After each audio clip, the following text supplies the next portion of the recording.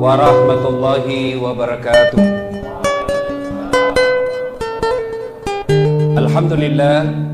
Alhamdulillahi rabbil alamin. Wa bihi nasta'inu ala umuri dunya waddin. Asyhadu an la ilaha illallah wa asyhadu anna Muhammadan abduhu wa rasuluh. Allahumma salli ala sayyidina Muhammad wa ala alihi wa sahbihi ajma'in. Amma ba'd.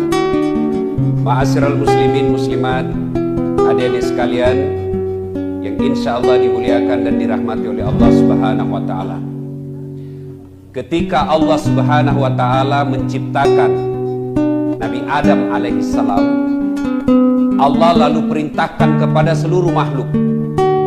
Kalau bahasa kita kira-kira begini, seluruh makhlukku, ini ada makhluk saya yang paling mulia, ini namanya manusia. Hormat kau kepada mereka, hormat kau kepada Adam. Malaikat hormat, tumbuhan binatang hormat. Satu makhluk Allah yang tidak mau. Siapa? Iblis laknatullah alaihi. Iblis protes, ya Allah, saya tidak mau. Kenapa?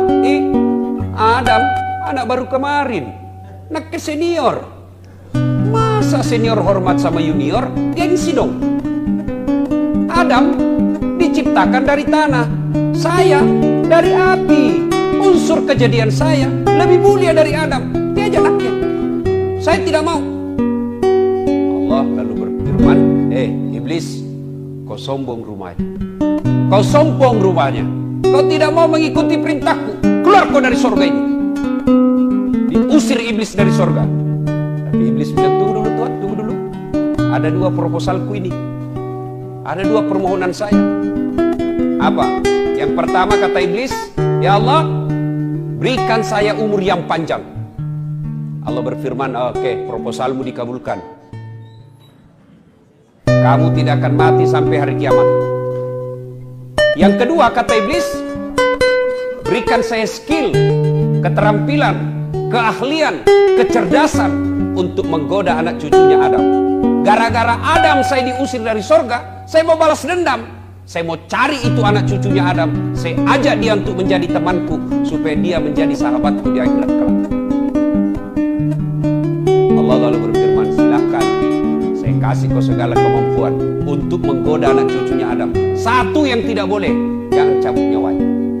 Nah, sejak itu iblis dan para tentaranya, iblis dan para pasukannya berusaha mencari teman sebanyak-banyaknya supaya ada temannya di akhirat nanti. Di mana tempatnya akhirat? Iblis di mana tempatnya? Sudah jelas neraka. Maka dia cari teman sebagai supporter, pendukungnya. Nah, tentu pertanyaan, siapa yang menjadi teman-teman setan? Inilah yang kita bahas pada taklim kita kali ini, teman-teman setan. Mudah-mudahan tidak ada di sini. Mohon maaf juga, 2 kali pertemuan kita tertunda gara-gara kesibukan saya. Ini juga hampir tidak jadi. Saya tadi malam dari Tenggarong sampai Balikpapan kurang lebih jam 2 dini hari. Jam 4 ke bandara lagi Balikpapan. Sampai di sini jam kurang lebih jam 9 langsung acara. Tidak sempat pulang-pulang ke rumah. Baru sampai lagi di sini. Suara saya sudah mulai lomba. Ya, mudah-mudahan Allah berikan kesehatan. Nah, adik-adik sekalian, teman setan yang pertama. Ini informasi dari setan sendiri. Dia bocorkan kepada Nabi Muhammad, maukah kasih tahu kau siapa di antara temanku, di antara umatmu yang menjadi teman saya? Nabi berkata, bagus ini rahasia ini. Siapa itu? Dia bilang, ada 10 temanku di antara umatmu. Nabi bilang, Nabi, kamu siap tentu kau dong. Siapa itu? Yang pertama kata iblis, temanku yang utama, al-mutakhawilu bis sholat, yang menganggap enteng sholat.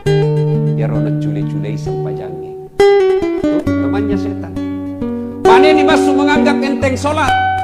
Satu, sudah tahu hukum sholat wajib tapi belum sholat. Itu. Bagaimana hukumnya sholat? Wajib. Artinya apa? Dosa kok kalau tidak sembahyang kok. Kenapa paling belum sembahyang? Masih suka kamu motor. Motor Tommy tidak Tommy sembahyang. 2-0 bos. Kalau sambayang botoro satu sama. Mana bagus satu sama 2-0? Mana bagus satu sama 2-0? Kalau saya 0-2, ndak botoro sambayang juga. Itu yang dimaksud menganggap enteng sholat. Sudah tahu hukumnya wajib, tapi masih mereka tidak sholat. Termasuklah karakternya. Mau tahu orang yang menganggap enteng sholat? Ciri-cirinya, tabiatnya. Hilang uangnya 500.000. 3 minggu udah pikir, mana bisa hilang itu? Batin aku simpan baik-baik. Di mana bisa hilang uangku? 500.000 3 minggu udah pikir. Sekalinya datang omnya, pamannya, kenapa kau nak dari tadi kamu darmandi di situ kayak orang kehilangan apa? Hilang uangku om. Berapa kah? Ini 500.000. Yang aku pikir ini aku ganti. Diganti 500.000. Begitu diganti 500.000 tambah pusing. Apa dia bilang? Saya bener dan hilang uangku 1 juta nih. Ini orang begini. Hilang duitnya 500.000. 3 minggu dia pikir. Dikasih tambah bingung. Itu kalau uangnya hilang. Sekalinya sholat subuhnya lepas, tidak hilang. Tidak dipikir, seolah-olah tidak ada dosanya. Ini kan banyak yang begini toh. Tidak sholat, seolah-olah dia tidak merasa dosa. Berapa banyak kita lihat bos, tidak sholat, tidak terbebani. Dia takut sekali curi sandalnya orang di masjid, takut sekali pegang ceweknya, takut sekali tidak puasa Ramadan, tapi tidak sholat, dia main-main, tidak ada rasa dosa sama sekali. Itu nih temannya setan. Orang yang menganggap enteng sholat, termasuk diantaranya menganggap enteng sholat adalah mereka tiba waktu sholat masih ketunda-tunda. Hayya 'alas shalah. Sebentar bisa jadi dia bisiki setan, tapi yang lebih parah itu kalau teman-teman. Kalau setan tidak kelihatan bos, gampang usirnya. Bismillahirrahmanirrahim. Lari pak. Tapi setan teman gaul tak. Siko sama itu talikan ini coba soali. Setan susah diusir yang begini.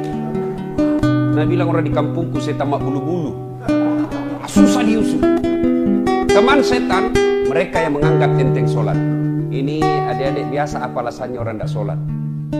Bilang makin. Ada malas sholat sini bos. Apa alasan tak kutangkis? Yang ketawa serius kayak ini. Giaki apa? Bilang apa? Apa? Nah biasanya perempuan haid 3 kali haid 1 bulan. Masih suatu dia sebulan. Kenapa tidak sembahyang? Datang bulan pak. 2 hari. Kenapa tidak sholat? Mens. Kenapa tidak sholat? Halangan. Ya senji bos. Kalau kita ada laki-laki juga datang bulan. Apa kira-kira alasannya laki-laki? Kalau perempuan oke lah, ada halangannya tiap bulan dapat jatah gratis. Tapi biasa nak tambahin gratis 4 hari nak tambahin 2. Tapi orang belum bersih. Sini sedikit-sedikit. Nah bilang mama, nah balik-balik kok? Apa balik-balik mak? Sedikit. Ayo, kalau kita laki-laki, apa alasan tak ada sholat? Tidak ada. Ustaz, tidak ada hafalan sehafal. Mulai kecil sampai sekarang tidak pernah kak menghafal bacaan sholat. Wala ta'yasirrahillah. Jangan putus asa. Gimana caranya Ustaz? Datang kita berjamaah di masjid. Kalau imam sudah baca, makmum sudah diwakili. Tidak baiknya kalau aku bilang imam baca, dia makin di belakang. Itu saja kita baca amin, dia makin lagi. Sudah sah. Bagaimana kalau sendiri Ustaz? Sedikit jika hafal kul tombol. Rakaat pertama kul lah, rakaat kedua lah kul lagi. Esok. Coba, tapi jangan begitu terus. Sambil belajar.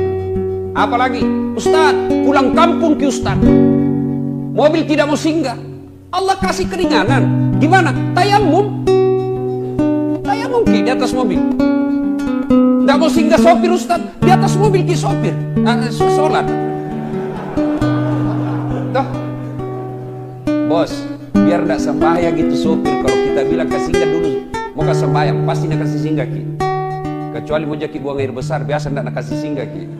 Pernah dulu waktu kuliah, ada teman mau sekali buang air besar. Oh sopir, boleh pakai kalau bilang kat jambang. dulu, mau sekali kamu air besar. Dia bilang sopir, perasaanmu itu. Perasaanmu saja itu. Dia bilang, betonggak-tonggak kak. Akhirnya apa? Tacil. Keluar itu, baik bau satu mobil. Balik ini sopir, jambangin anak iya. Biar ini anak, dia bilang, perasaanmu gitu.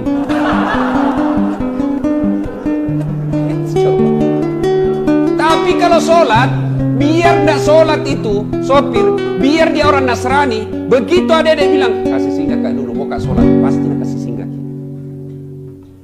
Anggaplah tidak mau nak kasih singgah Ustaz. Bagaimana caranya Ustaz? Nah di atas mobil ki, Allah kasih keringanan, namanya sholat duduk. Gimana caranya? Supaya maki, anggaplah dia, tapi kasih teh dulu di samping tak. Siapa tahu dia tidak tahu kita lagi sholat. Sampai dulu, jangan ganggu. Nanti sholat kita kok bikin.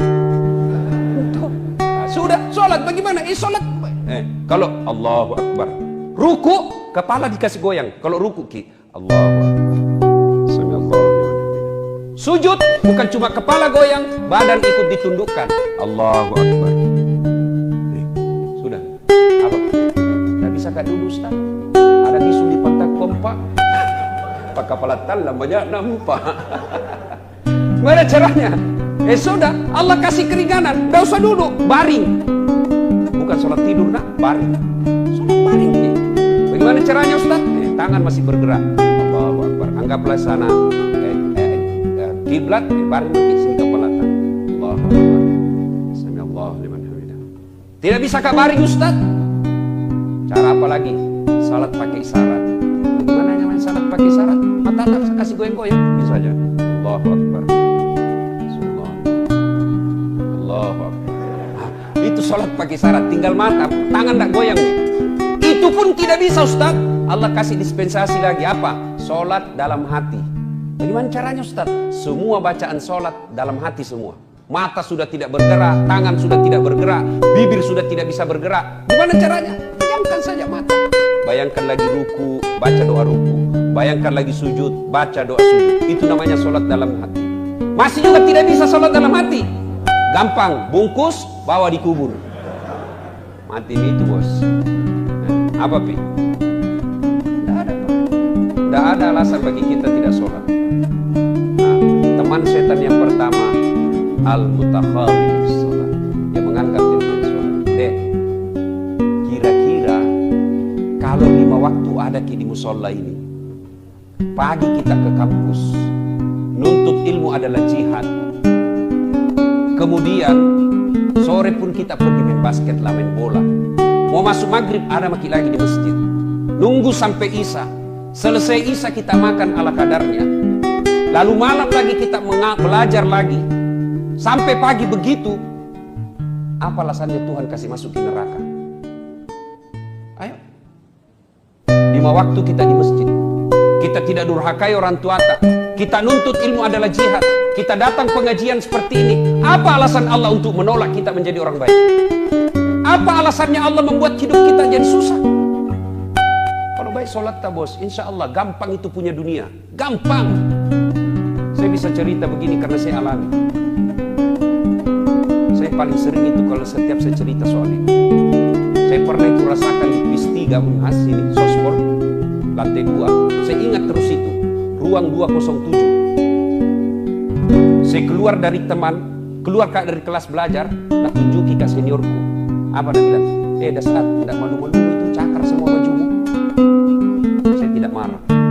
Saya cuma berdoa kepada Allah, ya Allah, berikan saya umur panjang supaya saya bisa berbuat baik sama ini orang. Alhamdulillah, Ramadan kemarin, tahun ke-6 itu orang setiap Ramadan saya kasih zakat.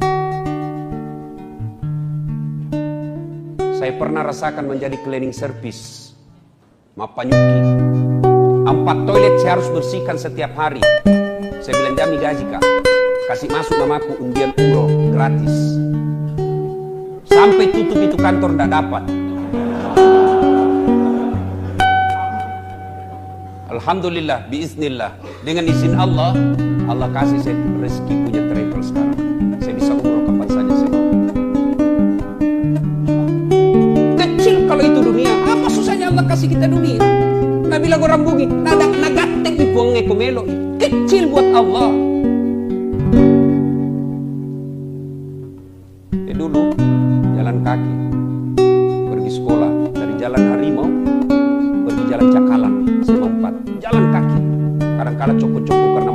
orang masuk di pasar Cidu, jalan kaki. Alhamdulillah, bismillah, ada Tommy mobil beberapa.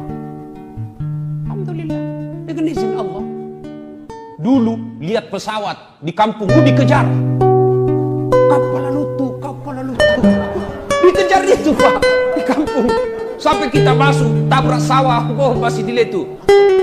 Lebih saja itu nanti di pesawat. Bismillah. Hampir tiap hari sekarang saya di pesawat.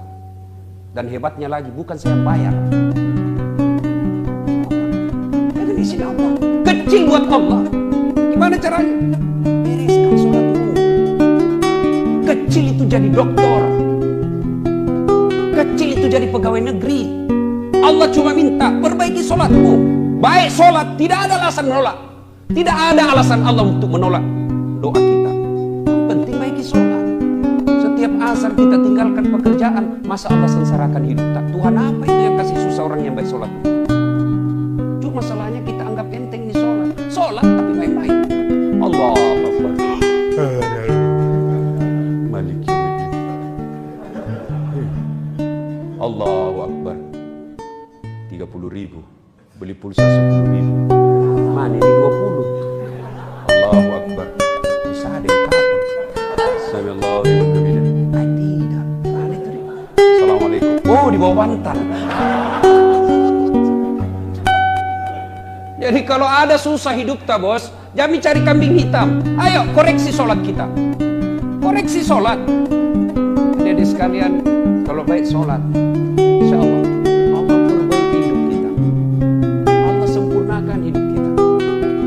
Ada yang bilang, kenapa balik Ustaz ya?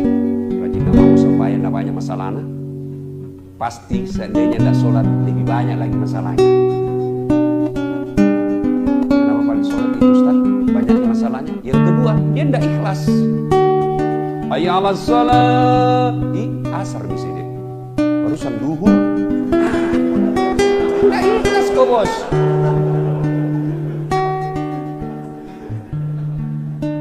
Bisa bayang Ustaz, banyaknya susahnya. Yang ketiga, dia sholat tidak seperti yang Nabi ajarkan. Sholat itu tuh nak pakai futsal, itu tuh nak pakai main basket, itu tuh nak pakai masuk toilet, nak pakai lagi sholat. Apa pernah kita dengar riwayat Nabi seperti itu? Coba lihat, setiap kita mau sholat kita bersihkan badan kita, cari pakaian yang rapi. Mau ketemu Allah ini bos. Kita saja mau ketemu sama cewek, karena biasa kita pinjam parfumnya teman-teman. Ya dulu parfummu apa pintu? Ada pintu parfum dipinjam, sudah mau pakai habis nih, tidak bisa kasih kembali. Satu, teman setan adalah mereka yang menganggap enteng sholat. Kalau baik sholat tadi tidak ada susahnya buat Allah. Coba saya kasih contoh. Bisa enggak orang hidup kalau dibakar api yang sangat besar, bisa hidup? Bisa.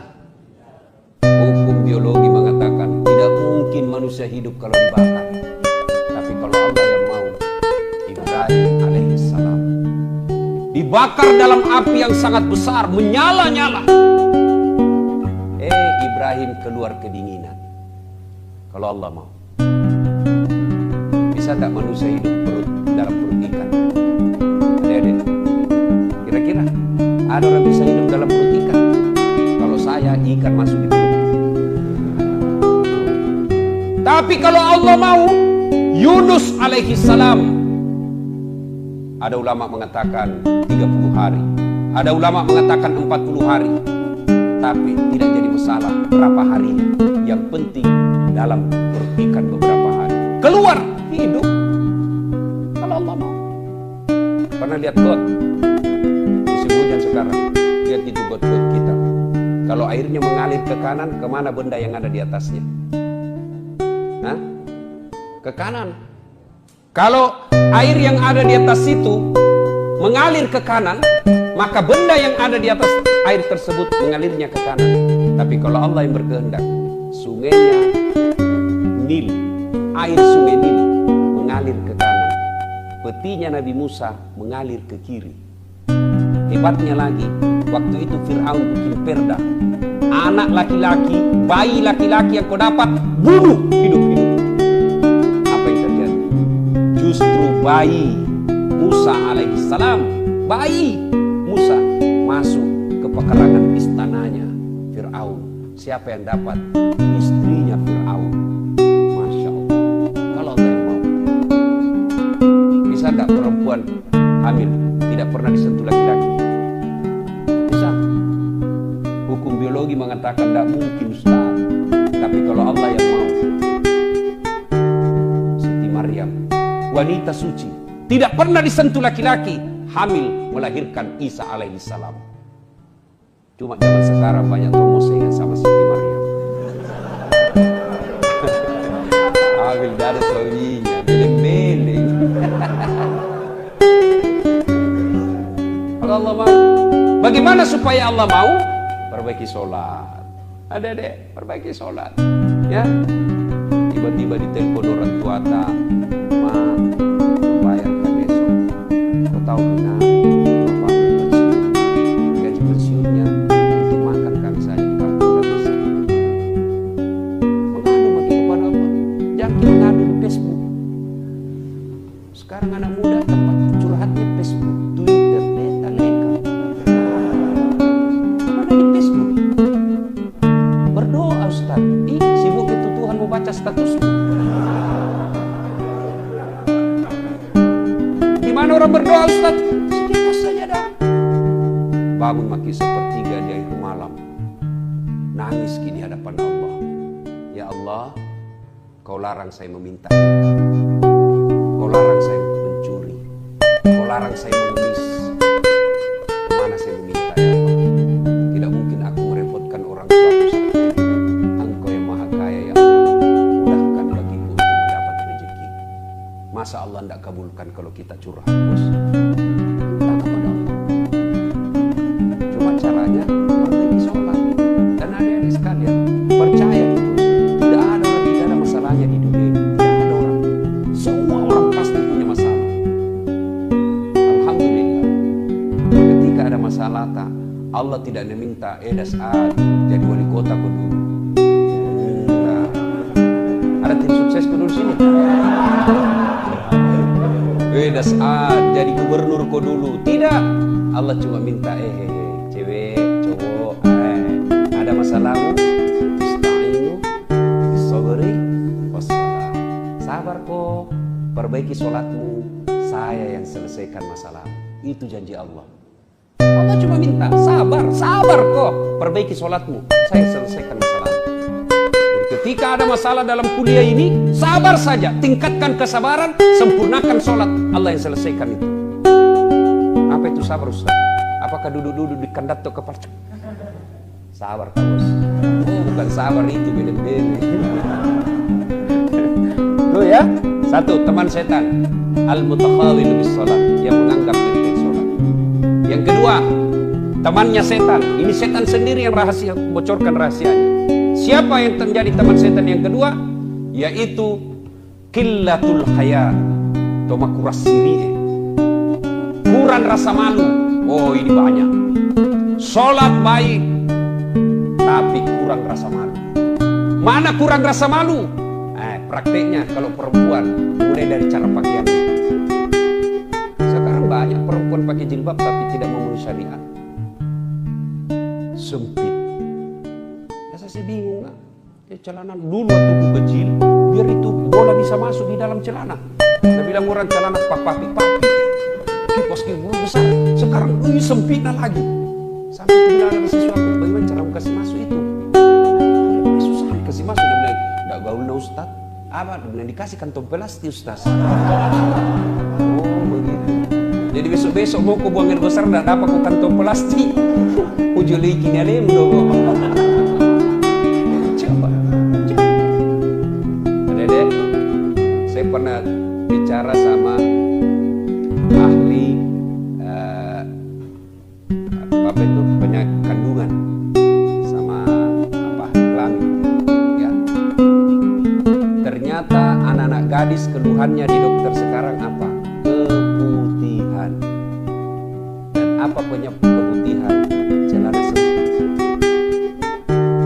Dan kalau keputihan bedek tidak ditindaklanjuti dan tidak cepat diobati, maka bisa berujung pada kanker mulut rahim. Kalau sudah kanker mulut rahim, nah tahu laki-laki tidak ada yang mau nikahi. Nah itu penyebabnya. Kalau kita jilbab, malu dong pakaian sempit. Ini yang rasa malu sudah mulai hilang, Pak. Hilang. Dulu itu perempuan zaman saya SMA. Kalau jatuh ballpointnya, jatuh ballpoint. Tuh, dia pegang dulu di sini. Kan dulu dilarang orang pakai jilbab waktu masih SMA kan. Tuh, dia pegang dulu sini kancing bajunya, baru dia pegang juga roknya di belakang. Baru tunduk. Begitu itu perempuan dulu. Dia jaga harga dirinya. Sekarang nah sengaja memang tong itu jarang begini. Nah sengaja kasih sempit, kita dapat lagi. Itu kalau mahasiswaku saya yang cewek-cewek, mahasiswiku saya bilang yang seksi di luar. Kenapa Ustaz? Kau ganggu konsentrasiku bilang. Kau enak, saya dapat dosa. Dan kita itu laki-laki toh, tergantung perempuannya kan. Mari kerjasama. Kami laki-laki jaga mata, tolong Anda cewek jaga akhlak. Biar setengah mati dijaga mata, kalau Anda berkeliaran kayak setan. Tidak bisa dikendalikan, bos. Masa kita jalan tunduk terus? Tabrak tiang listrik. Kerjasama, kami jaga mata, tolong Anda akhwat jaga akhlak. Coba itu laki-laki, kalau dia kumpul-kumpul di pinggir jalan, apa kan namanya? Tempat biasa main gitar anak deker, apa kan? Hah? Coba kalau ada anak di pinggir jalan, lewat cewek, kalau diganggui pakai jilbab, apa nak bilang? Assalamualaikum. Bau surga. Paling itu diganggui kalau pakai jilbab. Tapi coba itu kalau yang seksi, yang di atas turun ke bawah, yang di bawah naik ke atas, ketemu di tengah tipis sempit. Lewat, apa nak bilang cowok? Cewek jungkir balik dong. Itu laki-laki. Nah itu ciri-ciri orang yang kurang rasa malu dari pakaian. Pakaian orang beriman itu takwa. Takwa itu salah satu diantaranya menutup aurat. Nah, kita juga jangan sampai saudara teman tak disuruh pakai jilbab, baru kita laki-laki umbar-umbar aurat. Mana pemain futsal, pemain basket, kelihatan pahanya, dosa juga itu bos. Mana auratnya laki-laki? Pusat sampai lutut, kelihatan paha, dosa. Masa dosa Ustaz? Tidak ada nafsu lihat pahaku. Siapa bilang? Siapa tahu ada janda-janda tua sudah lama tidak pernah lihat paha tuh. Bisa jadi. Atau bisa jadi laki-laki sendiri yang nafsu lihat pahamu.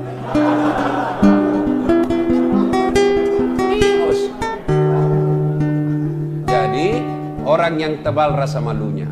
Malu dong pengilir malu dong kalau kita pengurus takmirnya Al-Aqsa, lalu kita tidak sholat awal waktu. Malu dong kalau kita remaja masjid, lalu kita tidak bisa menjadi teladan. Malu dong kalau kita menjadi remaja masjid, lalu kita malah kelihatan yang lebih bajingan. Itu punya rasa malu. Malu dong kalau bapak kita ustadz, lalu kita kajili-jili. Malu dong kalau kita dosen, lalu kita sendiri yang nakal. Orang yang punya rasa malu, minimal dia malu kepada sesama manusia, terpelihara dari dosa. Orang yang tidak punya rasa malu, lihat nih sekarang. Salah satu sebab hancurnya Republik Indonesia ini karena banyak pejabat publik tidak malu. Uras Siri, Ketua DPRD zaman now. Coba hanya di Pacetong, tidak, Masya Allah. Apa itu? Tidak punya rasa malu. Bangga dia pakai mobil korupsi. Nyata-nyata pelat merah dia pakai pergi urusan hari-hari, urusan pribadi. Malu dong. Orang yang punya rasa malu, insya Allah termasuk orang yang baik. Sebaliknya, orang yang tidak punya rasa malu, itulah temannya setan. Yang ketiga, teman setan, qaswatul qalbi. Maka doa, kak nurut, tidak mempan nasihat. Mana yang dimaksud tidak mempan nasihat? Nah bilang orang di kampungku selesai dengan ceramah apa bilang? Tan tentong janjenjo. Apa itu? Tangi tangu. Jame jamamu. Jame jamamu. Wita topi na witai. Nah bilang mangkasara kucini topi na kucini ki. Eja pina doang. Kenapa ya? Kususai kok. Ah itu orang keras hati itu yang begitu. Selesai dengar dakwah tidak mempan. Dinasihati tidak mempan. Malah apa Nabi bilang? Aku lagi panggil itu Ustaz Dasar. Tidak baik ceramah. Saya ketawa. Tidak suka. Kenapa? Ampak na bahasa terus nak kena. Itu teman setan. Tidak mempan. Kaswatul qalb. Keras hati. Nah, orang keras hati ini biasanya sepupu satu kali sama sombong. Ya. Keras hati itu sepupu satu kali sama sombong. Tidak mau dengar nasihat. Tidak mau dengar dakwah. Orang yang bagaimana cara memelihara hati supaya baik, supaya berhenti dari keras hatinya, ala bidzikrillahi tatmainnul. Zikir, silakan zikir. Mau zikir sendiri boleh, mau zikir berjamaah boleh, mau zikir dilafazkan boleh, mau zikir di dalam hati juga boleh. Terserah, jangan saling menyalahkan. Zikir berjamaah tidak ada pada zaman Nabi. Bid'ah, masuk neraka. Luas namamu itu surga nandamu kau kasih kita apa? Baca di beberapa media online. Tadi pagi saya baca pemerintah Arab Saudi sudah meliburkan pada tanggal 30 November nanti ini, ya 30 November ini menghargai hari lahirnya Rasulullah Muhammad SAW, dan yang selama ini Saudi menganggap bahwa peringatan Maulid itu tidak ada. Alhamdulillah kerajaan Saudi memberikan kesempatan kepada rakyatnya untuk melaksanakannya, bagian daripada bersukacita, bersukaria mendatangkan menyambut kerajaan Rasulullah Muhammad SAW. Wallahu a'lam, benar itu apa tidak, saya cuma baca di media online. Tapi pada prinsipnya kalau mau ke Maulid silakan, tidak mau Maulid silakan. Kadang orang saya lihat Maulid tidak ada pada zaman Nabi. Tapi satu Syawal, masuk bulan Syawal, bulan Rabiul Awal, dia bikin juga pengajian, tapi bukan Maulid namanya. Apa? Sirah Nabawi. Apa nabahas sejarah Nabi? Orang sama aja, kesingnya aja beda ini. Sama modelnya, cuma beda apa? Sama casing, beda casing, sama isi. Nah, judulnya satu Maulid, judulnya satu Sirah Nabawiyah, sama-sama aja. Tidak mau Maulid, jangan mau Maulid, jangan suka bertengkar. Banyak pekerjaan kita yang lebih penting, menyatukan umat, memenangkan pilkada bagi orang-orang yang baik agamanya, jauh lebih penting daripada kita membahas yang seperti itu. Nah hadirin sekalian, ini yang ketiga. Ulangi bedek, kan lupa misalnya itu apa? Satu, menganggap enteng sholat. Yang kedua, kurang rasa malu. Yang ketiga, khaswatul qalb.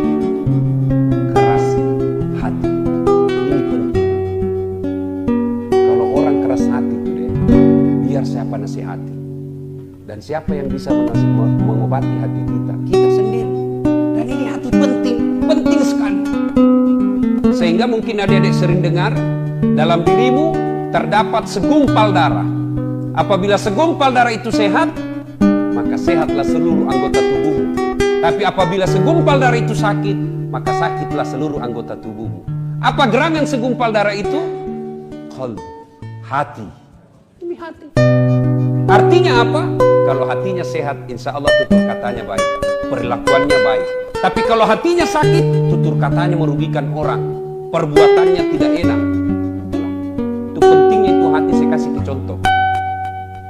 Pergi ke Bone, naik mobil, yang nyetir tangan, yang menatap sepanjang perjalanan mata, gas rem kaki, yang berpikir sepanjang jalan otak.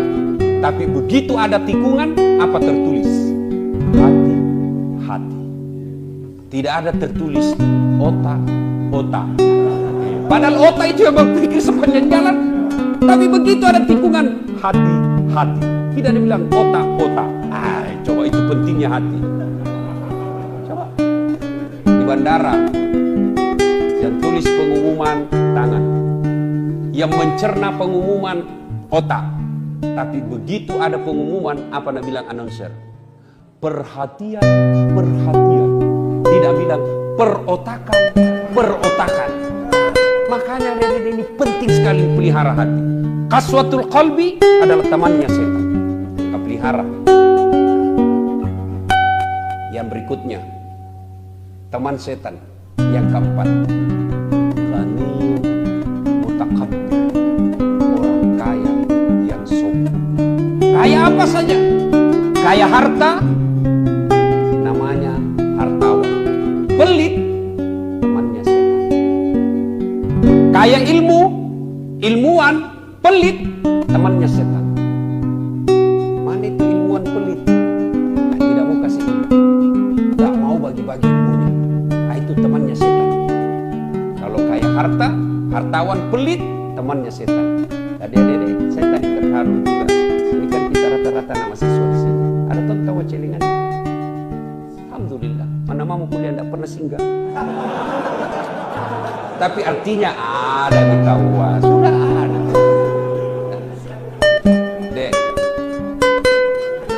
yang ketawa terus ini.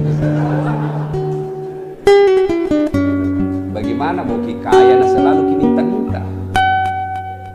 Salah satu kalau mau jadi orang kaya jangan selalu minta-minta. Tidak ada orang kaya minta-minta, hanya orang miskin. Maka kalau mau kaya berhenti minta kepada manusia. Yang boleh hanya minta kepada Allah. Allah tidak senang ke tangan senang. Yang Allah senang, mana maaf 100 rupiah lewat minta Nabi dan teman-teman. Sekek 100 rupiah biar bos itu cuma daripada kamu. Tidak penting banyaknya, yang penting ikhlas. Daripada sedikit tidak ikhlas. Lebih banyak ikhlas. Tapi mau lihat pelitnya orang. Oh, ini selalu saya alami. Wih, kalau artis diundang, baik kasih pesawat eksekutif kelas, hotel bintang 5. Dari bandara dijemput, ada polisi, ada tentara, dikalungkan bunga. Datang, itu artis datang dibawa alamat palsu, goyang patah, kelihatan dek pahanya. Nggak tahu nak kasih pegang ki, apakah Cina-Cina aja ki. Pulang, paling murah dikasih 75 juta. 75 juta. Pulang, sampai di Jakarta, dia pakai beli narkoba, pakai dugem. Batena dihormati itu artis. Sekali ulama diundang, penghafal Quran diundang, kasihan. Gojek lagi. Iko jempu itu Pak Imam. La ilaha illallah. Satu mantel lagi diduai. Musim hujan. Terpaksa tunduk begitu terus ke belakang. Sampai minit sedikit lagi Ustaz. Tiba-tiba di jalan mogok. Langsung dia bilang, tapi Ustaz turun ki dulu dorong nih. 1 jam busa-busa kalepa barasanji. Sallallahu alaihi Muhammad sallallahu alaihi. Didoakan supaya selamat dunia akhirat. Didoakan supaya murah rezekinya, supaya rumahnya berkah. Begitu mau pulang, berapa nak kasih? 25.000. Nah bilang suaminya, deh 1 jam kau nak doakan, mau hujan-hujan lagi datang, kau 25 kasih. Kau sini tambah jalan hotel masih. Bagaimana anak-anak tahu mau sekolah agama? Bagaimana anak-anak mau sekolah agama? Begini penghormatan kita sama orang yang paham agama. Sama artis yang hanya datang bawa dosa, kita kasih puluhan juta. Akhirnya orang tua bilang apa? Jangan kau kasih sekolah agama. Lihat tuh, itu ibu kasih 2 jam 20.000 juga dapat. Itu tahu anak gaul 1 jam di lompat-lompat di panggung nyanyi, pulang bawa motor. Oke, lagi lihat pelitnya kita. Coba itu ibu-ibu kalau beli sayur, waktunya itu setahun. Sekalinya pergi di mall, tak parkir. Ada yang sering ke mall ini. belanja kita tawar ini. Misalnya di Alfamart, tawar benar, dia lihat di penjaga dan bilang, gila kapang ini. Coba. Sekalinya penjual ikan kasihan. Datang nih, tidak perlu maki lagi ke pasar berkeringat. Nah datangi maki rumah tak. Kadang-kala na panggil maki iye kuang. Coba. Tidak perlu lagi kita sisik. Kadang-kala dia sisiki sendiri. Ini tambah cantik ituan dia. Mudah-mudahan murah rezeki kita. Beda 200 rupiah kita tawar. Berapa? 5.500. Mahal nih ini. 5.000 mau. Beda 500 sudah tawar. La ilaha illallah. Ini di kampungku bilang kikirkanlah paku jambatan. Anu yang orang begitu pusing kalau dia tidak menawar.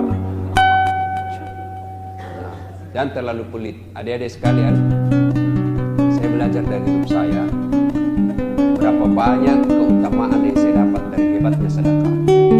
Sampai jam berapa ini? Selesai. Jam berapa nih? Berapa menit lagi? 20 menit. Ini saya ajak motivasi ya. Ini kisah nyata, baru-baru saya alami. Saya pergi ambil cucianku di Jalan Sumisanda. Begitu saya mau ambil, ada penjaganya tuh, 4 orang. Saya kasihlah uang kas 100 ribunya. 4 orang berarti 400. Saya keluar, saya dapat tukang parkir. Kasih 50 ribu. Tidak lupa sama itu. 50 ribu dikasih tukang parkir. Kalau pilkada pasti saya pilih. Sudah, berapa waktu keluar? 450. Udahlah, pergi mengajar, pulang ngajar, sampai ke di kantor Jalan Kakak Tua. Tiba-tiba ajudannya seorang kaya di Sulawesi Selatan namanya Pak Edi Barawi. Assalamualaikum Ustaz. Waalaikumsalam. Kenapa Ki? Ini ada salam dari Pak Edi. Maksudnya? Ada ini titipan. Maksudnya apa? Sini pakai ke kantor. Di mana Ustaz? Kantor Kakak Tua. Datang nih. Begitu datang buka pintu cerita. Assalamualaikum Ustaz. Ya ambil kantornya amplop. Ini ada titipan dari Pak Edi. Apa maksudnya? Nah, saya lama dah ketemu. Padahal dalam hatiku cepat mau kok.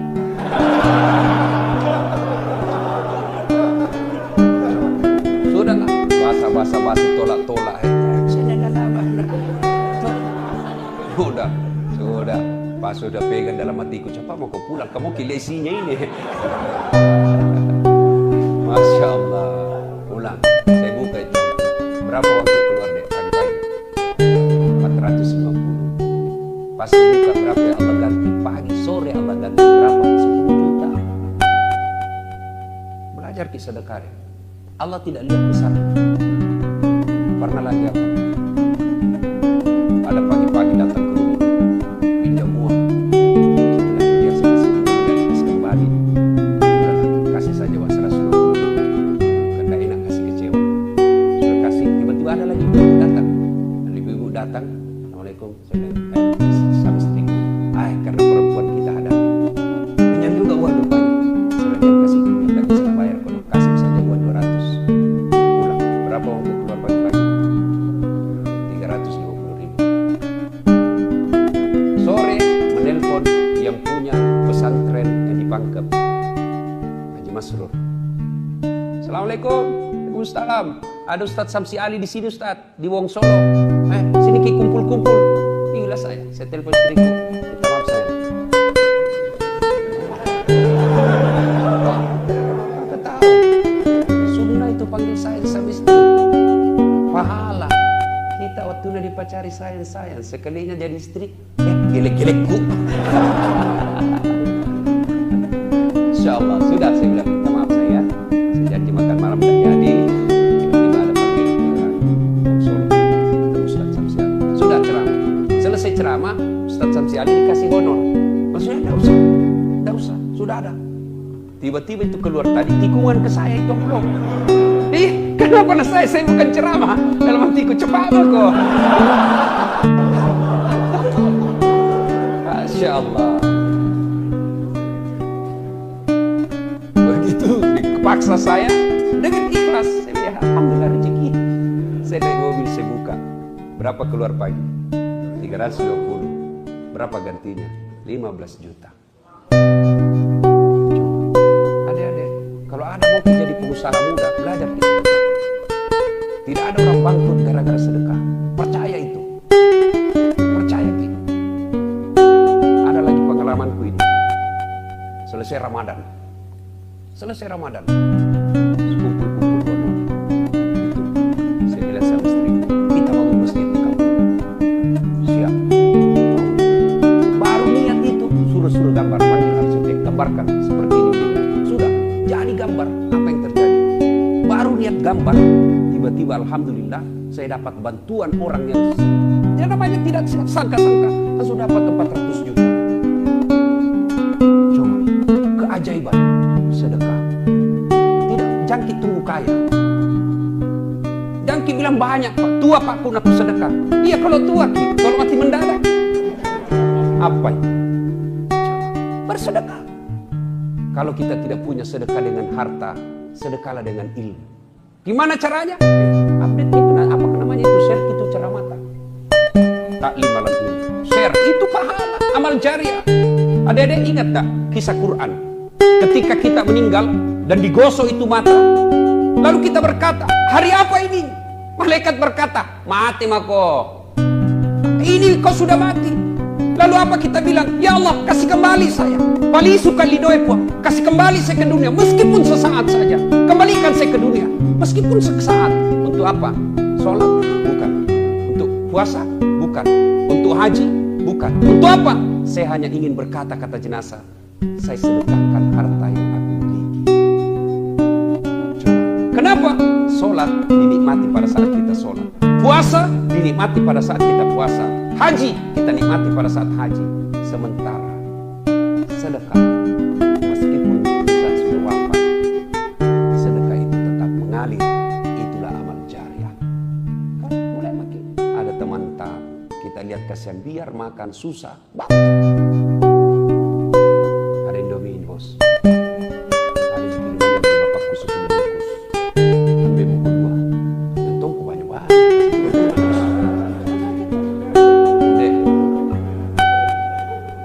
Dan itu kalau orang susah kita bantu, dan lupa bisa pikir.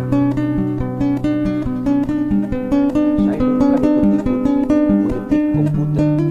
Dulu belum ada namanya laptop. Apakah Windows kah apa namanya zaman itu? Yang masih besar itu anunya. Apakah namanya itu? Flash apa? Nah, sekarang itu flash disk kan kecil-kecil. Itu disket namanya. Karena kita ini numpang mengetik. Ada senior saya orang Jakarta. Ya, numpang mengetik skripsi. Kapan mengetik saya? Selesai pindah pakai. Jadi tidur rumah dulu. Selesai tidur dulu, mau kerja dulu. Jam 1 selesai baru mana kasih bangun. Kau lagi giliran. Dan apa yang terjadi? Sampai detik ini tidak bisa saya lupa itu temanku. Begitu baiknya. Sedekahlah. Kalau kita orang baik, ada harta lebih dari teman tak mampu. Dan siapa tahu rahasia Allah. Hari ini kita baik, hari ini kita baik, hari ini banyak kita. Besok lusa ketika 20 tahun yang akan datang, justru kita yang sengsara, dia yang jadi. Saudara-saudara sekalian, bakhil, pelit adalah teman yang setan. Orang kaya, kata Allah, ada 3 orang yang paling aku benci. Ada 3 yang dibenci, ada yang paling dibenci. Yang paling dibenci Allah adalah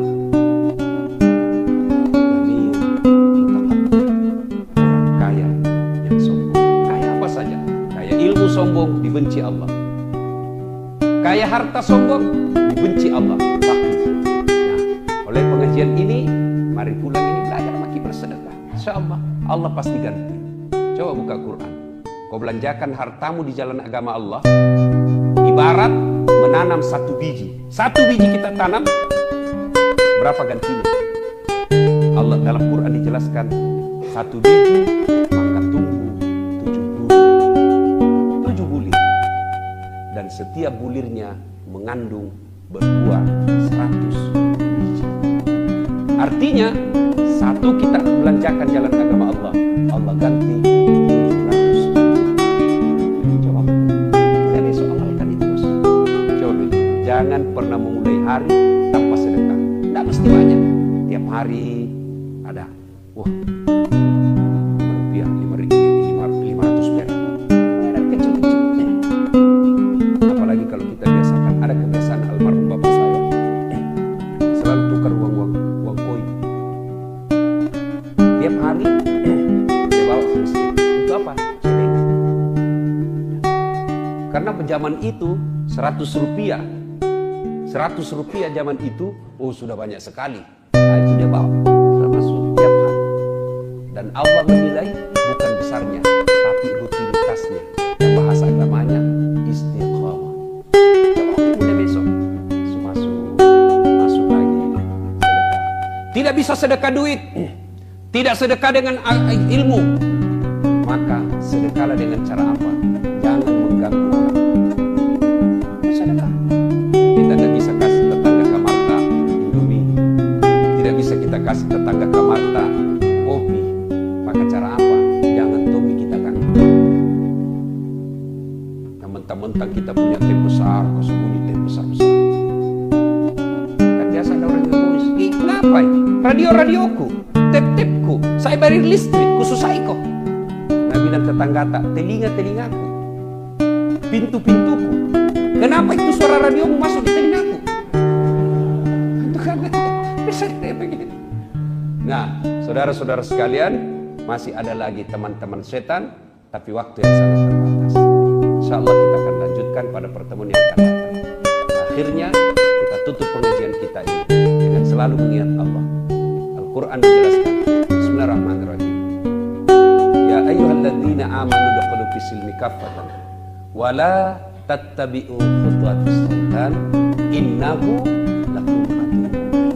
Wahai orang-orang yang beriman, masuklah engkau ke dalam Islam secara sempurna dan janganlah engkau ikuti langkah-langkah setan, karena sesungguhnya setan itu musuh yang nyata bagi kalian. Setan itu musuh yang nyata bagi kalian. Nah, sekarang bagaimana caranya melawan setan?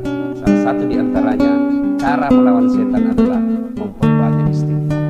Setiap kita mulai tergores, tergosok, terajak oleh bisikan-bisikan setan, maka lawanlah dengan astagfirullahaladzim, la ilaha illa anta subhanaka inni kuntu minadz dzalimin. Coba kita lazimkan. Insyaallah ada manfaat. Terakhir sekali adik-adik sekalian, mudah-mudahan pengajian yang akan datang kita panggil teman kita, ajak teman kita, ya. Saya punya niat mudah-mudahan di tempat ini akan lahir mubalik muda dari Universitas Hasanuddin. Ya, tadi ada Rakornas, rapat koordinasi nasional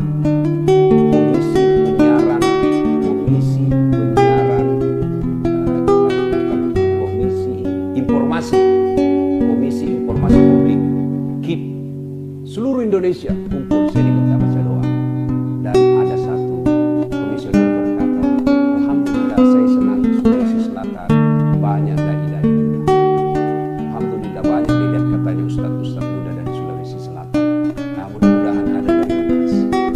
Hadirin sekalian, percaya kita, kalau kita hidup dalam dakwah baik agama mata, tidak mungkin kasih susah ke Tuhan. Paling tidak apa yang kita dapat, kita kasih senang orang tua.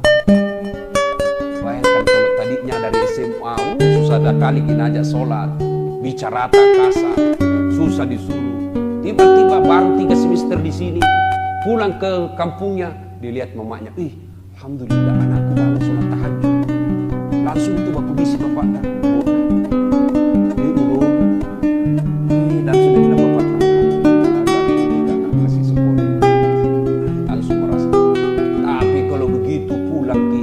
tadinya bagus agama, pulang malah kajili-jili. Wah, bagaimana orang tua tak mau bahagia kasih. Dikasih nama raja dari kampung Muhammad Nuh, langsung dipanggil sama temannya Noah. Bingung orang tua kita. Itulah termasuk model-model anak durhaka. Inilah saja tausiah kita, mudah-mudahan ada manfaat. Sebelum kita akhiri, mari kita kirimkan suratul Fatihah kepada Rasulullah Muhammad SAW. Khasiat dan keutamaan yang kita ikhlaskan untuk orang tua kita masing-masing. Al-Fatihah. Assalamualaikum warahmatullahi wabarakatuh. Alhamdulillah, alhamdulillahi rabbil alamin, wa bihi nasta'inu ala umurid dunya waddin. Asyhadu an la ilaha illallah wa asyhadu anna Muhammadan abduhu wa rasuluh. Allahumma salli ala sayyidina Muhammad wa ala alihi wa sahbihi ajma'in. Amma ba'd. Ma'asyiral muslimin muslimat, adik-adik sekalian yang insyaallah dimuliakan dan dirahmati oleh Allah Subhanahu wa taala. Ketika Allah Subhanahu wa taala menciptakan Nabi Adam alaihissalam, Allah lalu perintahkan kepada seluruh makhluk.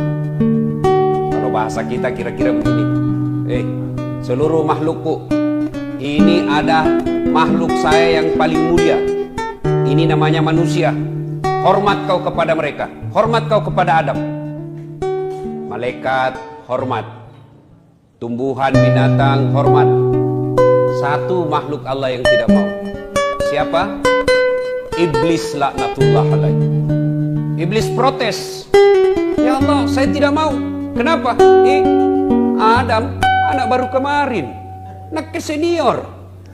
Masa senior hormat sama junior? Gengsi dong. Adam diciptakan dari tanah, saya dari api. Unsur kejadian saya lebih mulia dari Adam. Dia aja anaknya. Saya tidak mau.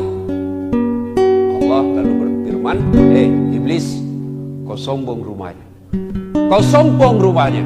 Kau tidak mau mengikuti perintahku. Keluar kau dari sorga ini.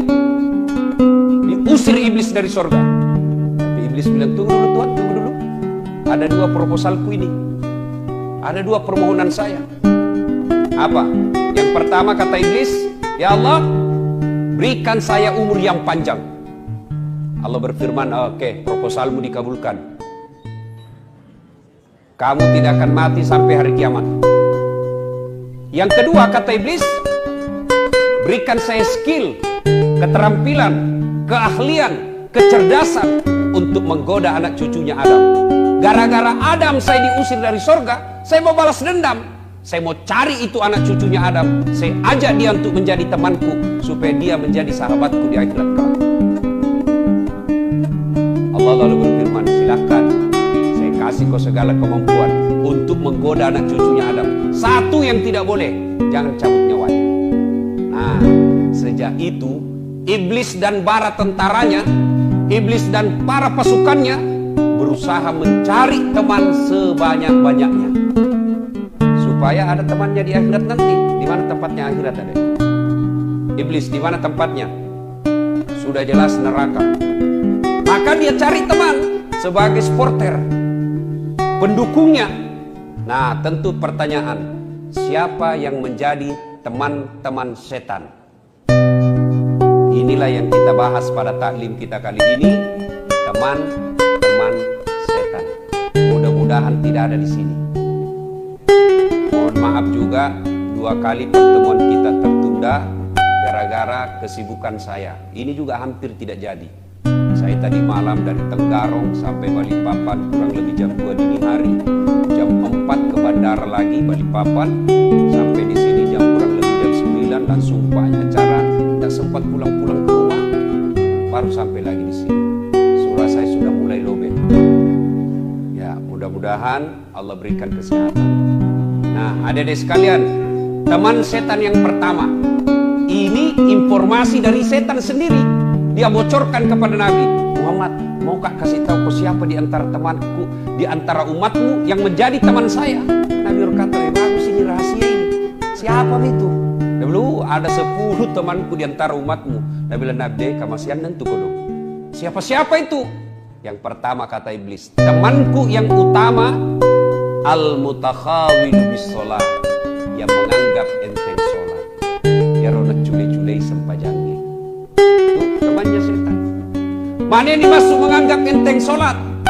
Satu, sudah tahu hukum sholat wajib tapi belum sholat. Nah itu. Bagaimana hukumnya sholat? Wajib. Artinya apa? Dosa kok kalau tidak sembahyang kok. Kenapa paling belum sembahyang? Masih suka kamu motor Tommy tidak Tommy sembahyang 2-0 bos. Kalau sembahyang botoro satu sama. Mana bagus satu sama 2-0? Mana bagus satu sama 2-0? Kalau saya 0-2, ndak botoro sembahyang juga. Itu yang dimaksud menganggap enteng sholat. Sudah tahu hukumnya wajib, tapi masih mereka tidak sholat.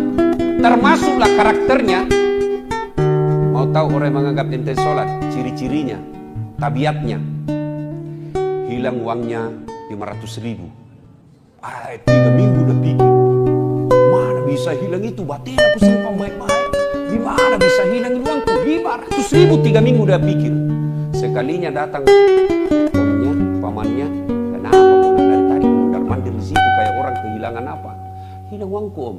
Berapakah? Limbi 500.000. Nyawa aku pikir ini aku ganti. Diganti 500.000. Begitu diganti 500.000 tambah pusing. Apa dia bilang? Seandainya dah hilang uangku 1 juta nih. Ini orang begini. Hilang duitnya 500.000. 3 minggu dipikir. Dikasih tambah bingung. Itu kalau uangnya hilang. Sekalinya sholat subuhnya lepas, tidak hilang. Tidak dipikir, seolah-olah tidak ada dosanya. Ini kan banyak yang begini toh. Tidak sholat, seolah-olah dia tidak merasa dosa. Berapa banyak kita lihat bos, tidak sholat, tidak terbebani. Dia takut sekali curi sandalnya orang di masjid. Takut sekali pegang ceweknya. Takut sekali tidak puasa Ramadan. Tapi tidak sholat, dia main-main. Tidak ada rasa dosa sama sekali. Itu temannya setan.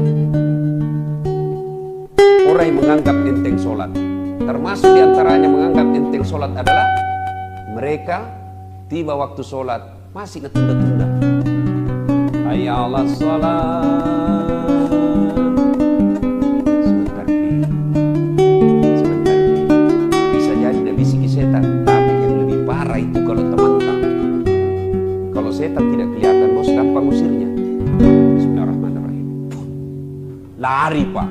Tapi setan teman gaul tak. Siko sama ini talikan dia guys, yang soalin.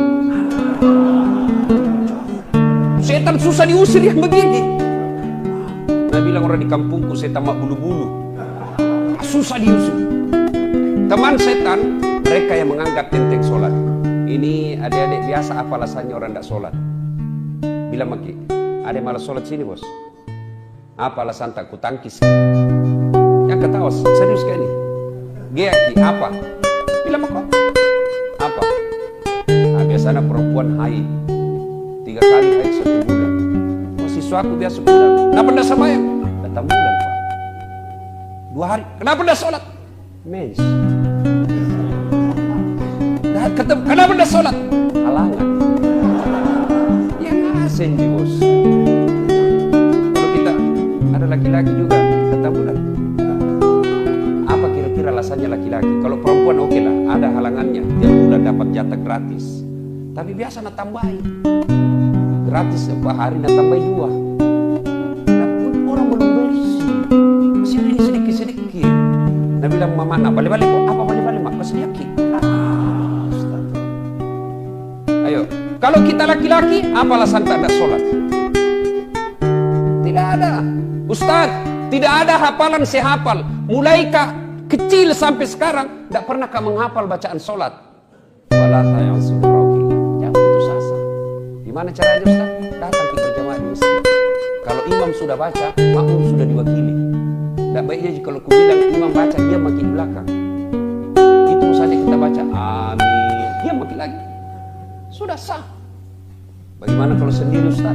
Sedikit jiku hafal kul kamu. Rakaat pertama kul lah. Rakaat kedua lah, kuluhan lah lagi. Besok. Coba, tapi jangan begitu terus. Sampai belajar. Apalagi, Ustaz, pulang kampung ke Ustaz. Mobil tidak mau singgah. Allah kasih keringanan. Gimana? Tayamum. Tayamum ki di atas mobil. Tidak mau singgah sopir Ustaz. Di atas mobil ki sopir. Sholat. Tuh. Bos, biar tidak sembahyang itu sopir. Kalau kita bilang ke singgah dulu, mau ke sembahyang, pasti tidak kasih singgah ki. Kecuali mau jadi buang air besar, biasa tidak kasih singgah ki. Pernah dulu waktu aku kuliah, ada teman mau sekali buang air besar. Oh sopir, boleh pakai bilang kat jambang. mau sekali kamu buang air besar. Dia bilang sopir, perasaanmu itu. Perasaanmu saja itu. Dia bilang, deh, tonggak-tonggak kak. Akhirnya apa? Tajil. Keluar itu, bau satu mobil. Balik ini sopir, jambangin anak iya. Biar ini anak, dia bilang, perasaanmu gitu. Coba. Tapi kalau sholat, biar tidak sholat itu, sopir, biar dia orang Nasrani, begitu ada yang bilang, kasih singgah kak dulu, mau kak sholat, pasti dia kasih singgah. Anggaplah tidak mau nak kasih singgah Ustaz. Bagaimana caranya Ustaz? Nah di atas mobil ki, Allah kasih keringanan, namanya sholat duduk. Gimana caranya? Supaya bagi, anggaplah ini ya, tapi kasih teh dulu di samping tak. Siapa tahu dia tidak tahu kita lagi sholat. Supaya dulu lah, jangan ganggu kak. Nanti sholat kita kok dikit. Sudah sholat bagaimana? Sholat. Kalau Allahu Akbar, ruku kepala dikasih goyang. Kalau ruku ki Allahu Akbar. Sujud bukan cuma kepala goyang, badan ikut ditundukkan. Allahu Akbar. Sudah. Apa? Gak bisa kan dulu Ustaz? Ada bisu di pantat pompa. Pak kepala talam banyak nampak. Mana caranya? Sudah, Allah kasih keringanan. Gak usah duduk, baring. Bukan sholat tidur, nah, baring. Sholat baring. Bagaimana caranya Ustaz? Tangan masih bergerak. Allahu Akbar. Anggaplah sana kiblat, baring makin sini kepala tangan. Allahu Akbar. Bismillah liman hamidah. Tidak bisa kak baring Ustaz? Cara apa lagi? Salat pakai syarat. Bagaimana dengan salat pakai syarat? Mata tak kasih goyang-goyang, bisa aja. Allahu Akbar. Allahu Akbar. Itu sholat pakai syarat, tinggal mata, tangan tak goyang. Itu pun tidak bisa Ustaz. Allah kasih dispensasi lagi apa? Sholat dalam hati. Bagaimana caranya Ustaz? Semua bacaan sholat dalam hati semua. Mata sudah tidak bergerak, tangan sudah tidak bergerak, bibir sudah tidak bisa bergerak. Gimana caranya? Pejamkan saja mata. Bayangkan lagi ruku, baca doa ruku. Bayangkan lagi sujud, baca doa sujud. Itu namanya sholat dalam hati. Masih juga tidak bisa sholat dalam hati. Gampang, bungkus, bawa dikubur. Mati itu bos. Apa Pi? Tidak ada Pak. Tidak ada alasan bagi kita tidak sholat. Nah, teman setan yang pertama, al-mutakhawil bis-sholat, yang menganggap enteng sholat. Dek, kira-kira kalau 5 waktu ada di musola ini, pagi kita ke kampus, nuntut ilmu adalah jihad. Kemudian sore pun kita pergi main basket, main bola. Mau masuk maghrib ada maki lagi di masjid. Nunggu sampai isya. Selesai isya kita makan ala kadarnya. Lalu malam lagi kita belajar lagi. Sampai pagi begitu. Apa alasannya Tuhan kasih masukin neraka? Ayo. 5 waktu kita di masjid. Kita tidak durhakai orang tua tak. Kita nuntut ilmu adalah jihad. Kita datang pengajian seperti ini. Apa alasan Allah untuk menolak kita menjadi orang baik? Apa alasannya Allah membuat hidup kita jadi susah? Kalau baik sholat tak bos, insya Allah gampang itu punya dunia. Gampang. Saya bisa cerita begini karena saya alami. Saya paling sering itu kalau setiap saya cerita soal ini. Saya pernah itu rasakan di PIS 3 Unhas ini, Sospor, lantai 2. Saya ingat terus itu. Ruang 207. Saya keluar dari teman, keluar dari kelas belajar, nak tunjuki ke seniorku. Apa dia bilang?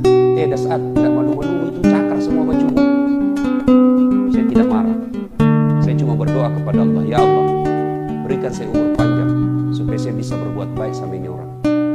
Alhamdulillah, Ramadan kemarin, tahun ke-6 itu orang setiap Ramadan saya kasih zakat. Saya pernah rasakan menjadi cleaning service, mapanyuki. 4 toilet saya harus bersihkan setiap hari. Saya bilang jami gaji kak, kasih masuk namaku undian umroh gratis. Sampai tutup itu kantor tidak dapat. Alhamdulillah, biiznillah, dengan izin Allah, Allah kasih saya rezeki punya travel sekarang. Saya bisa umroh kapan saja saya mau. Kecil kalau itu dunia, apa susahnya Allah kasih kita dunia? Nah bilang orang bungi, nagatek di puang nekomelo, kecil buat Allah. Saya dulu jalan kaki pergi sekolah dari Jalan Harimau pergi Jalan Cakalang. Saya mau jalan kaki. Kadang-kadang coko-coko karena malu kidila orang. Masuk di pasar Ciduk. Jalan kaki. Alhamdulillah, bismillah. Ada Tommy mobil beberapa. Alhamdulillah, dengan izin Allah. Dulu lihat pesawat di kampung, dikejar. Kapal lutu. Dikejar itu Pak, di kampung. Sampai kita masuk, tabrak sawah, masih dilihat itu. Lebih saja itu nanti naik pesawat. Bismillah. Hampir tiap hari sekarang saya naik pesawat. Dan hebatnya lagi, bukan saya yang bayar.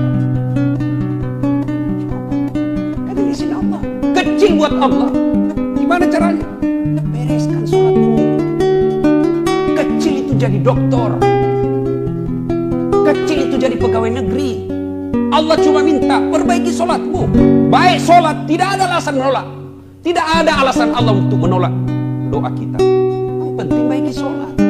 Setiap azan kita tinggalkan pekerjaan. Masa Allah sengsarakan hidup tak? Tuhan apa itu yang kasih susah orang yang baik sholat? Cuma masalahnya kita anggap enteng nih sholat. Sholat tapi main-main. Allah Akbar. Malik yaumiddin. Allahu Akbar. 30.000 beli pulsa 10.000. Mana ini 20? Allahu Akbar. Bisa adil kapan? Sallallahu alaihi wasallam. Tidak. Assalamualaikum. Oh, di bawah bantal. Jadi kalau ada susah hidup tak bos, jangan cari kambing hitam. Ayo koreksi sholat kita. Koreksi sholat. Adik-adik sekalian, kalau baik sholat, insya Allah perbaiki hidup kita. Allah sempurnakan hidup kita. Ada yang bilang, kenapa Pak Ustaz ya rajin namamu sampai ada banyak masalahnya? Pasti seandainya tidak sholat lebih banyak lagi masalahnya. Kenapa Pak sholat itu Ustaz? Banyaknya masalahnya. Yang kedua, dia tidak ikhlas. Hayya 'alas shalah. Asar di sini. Barusan duhur. Tidak ikhlas kok bos.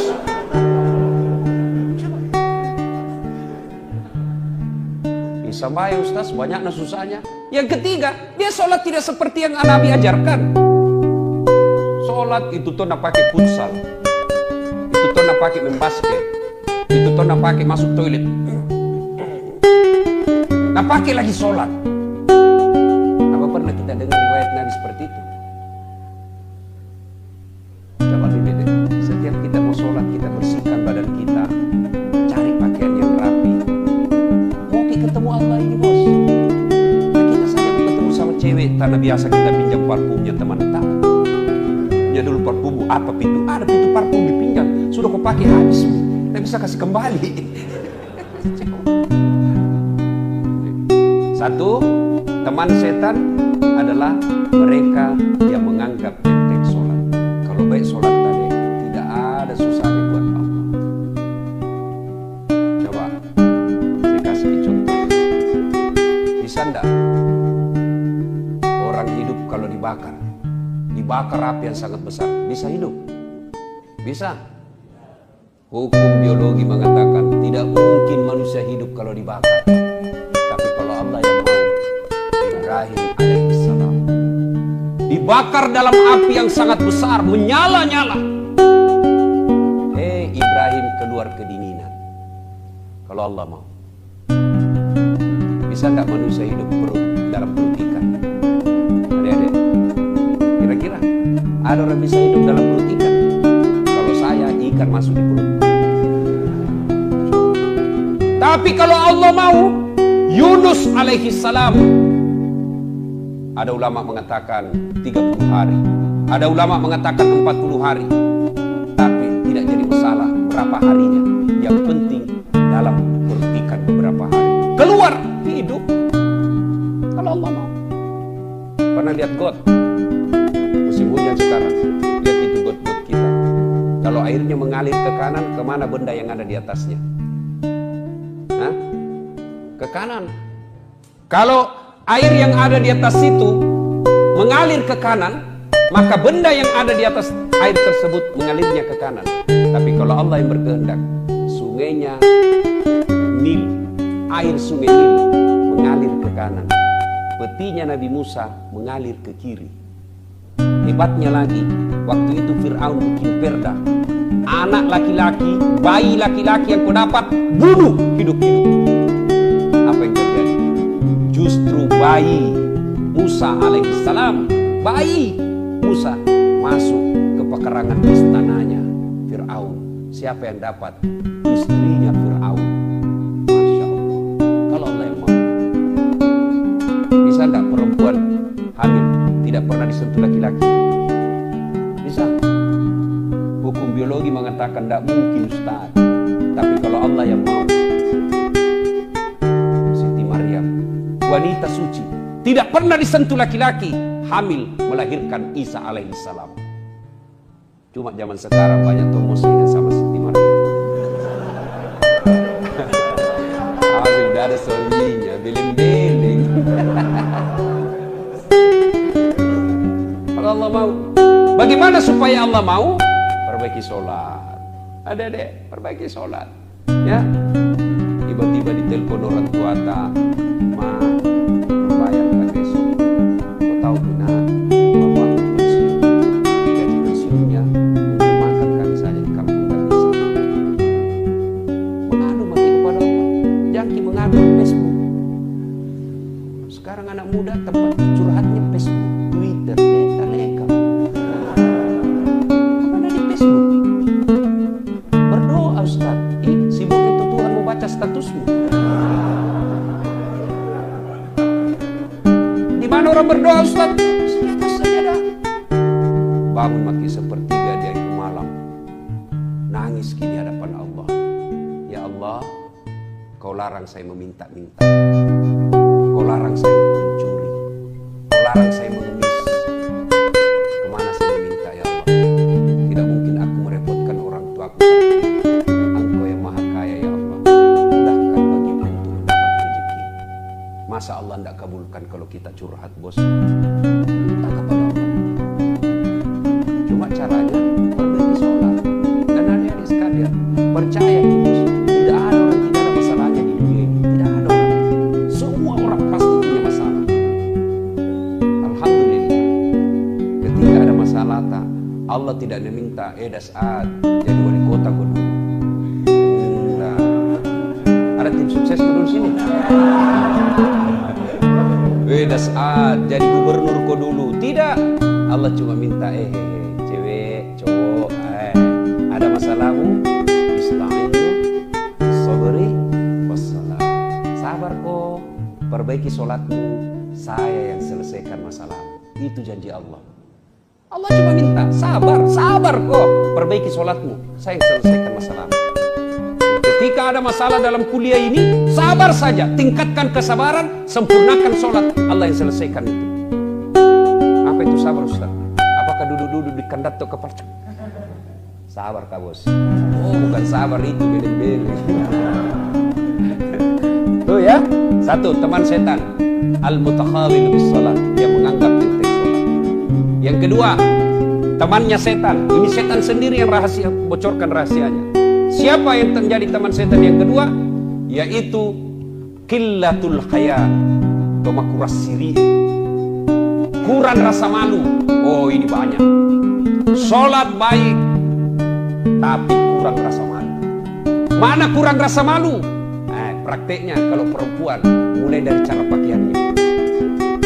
Sekarang banyak perempuan pakai jilbab tapi tidak memenuhi syariat. Sempit. Masa saya bingung lah. Celana dulu waktu ku kecil, biar itu bola bisa masuk di dalam celana. Saya bilang orang celana papi-papi. Kipas dulu besar. Sekarang ini sempitnya lagi. Sampai ku bilang ada sesuatu, bagaimana cara kasih masuk itu? Susah kasih masuk. Dia bilang, tidak gaulnya Ustaz. Apa? Dia bilang, dikasih kantong plastik Ustaz.